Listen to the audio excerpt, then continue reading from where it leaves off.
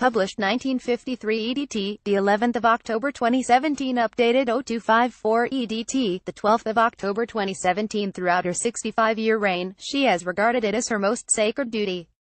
But next month, for the first time, the Queen will attend Britain's Remembrance Sunday commemorations as a spectator. Buckingham Palace has announced that she will watch the traditional 11 a.m. service at the cenotaph alongside the Duke of Edinburgh on a Foreign Office balcony while the Prince of Wales lays a wreath to the fallen on her behalf.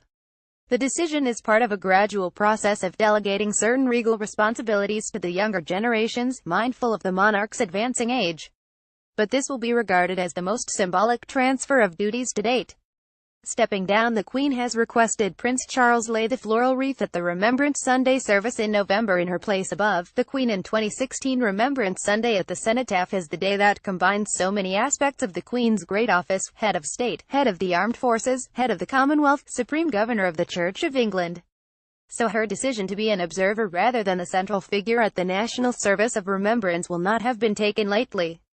Yet it will be regarded as an eminently sensible move, and one with a rather poignant footnote.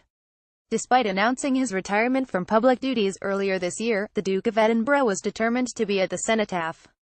However, at the age of 96, he had decided the time had come to watch from a balcony rather than be part of the parade. It was then that the Queen decided she would do the same, in order to stand with the Duke. She therefore asked the Prince of Wales to lay her wreath on behalf of the nation. "The Queen wants to be at the Duke's side," said a palace spokesman last night. The Duke's wreath will be laid by an equerry. Sources in September were forced to deny reports the Prince of Wales was demanding a more prominent role for himself in royal affairs. The Prince of Wales has taken on a number of extra duties at the Queen's request in recent years, particularly those involving long-distance travel and major Commonwealth events. He and other members of the royal family now regularly undertake duties such as investitures on the Queen's behalf as officials continue to adjust the pace of the monarch's schedule. No one in royal or military circles will fail to appreciate the magnitude of this decision, however. As the daughter, wife, mother and grandmother of members of the armed forces and someone whose formative years were shaped by war, the Queen regards Remembrance Sunday as the most important day in the calendar. On the 6 occasions when she has not laid a wreath at the cenotaph, she was either paying her respects at a Commonwealth War memorial in another part of the world or she was expecting a child. This will be the first time since succeeding to the throne that she has viewed the proceedings from the balcony where the late Queen Mother watched the service for the best part of a century.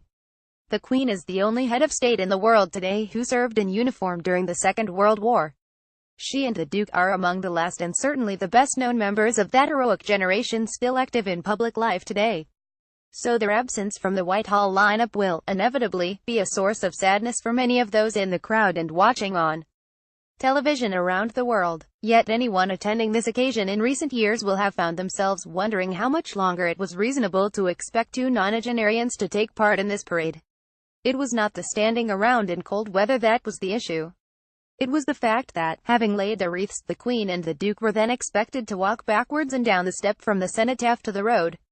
It might not sound a great challenge for a couple so familiar with every second of this unchanging event that they can recite every prayer and every word of "O God our help" in ages past, without even glancing at the order of service. But the consequences of a single misplaced footstep at such a solemn moment, and on live television, were too ghastly to contemplate. At one point in last year's service, the Queen did appear to lose her footing for a split second. For the Duke, wreath-laying was not made any easier by the need to wear a sword with his uniform. These will all have been factors in the Queen's decision to ask the Prince of Wales to take her place next month. Other elements of her weekend remain unchanged. She will still attend the Royal British Legion's Festival of Remembrance at the Royal Albert Hall on November 11th, though it is not known whether the Duke will join her. Less than 2 weeks later, the Queen and the Duke will celebrate the first platinum wedding anniversary in royal history.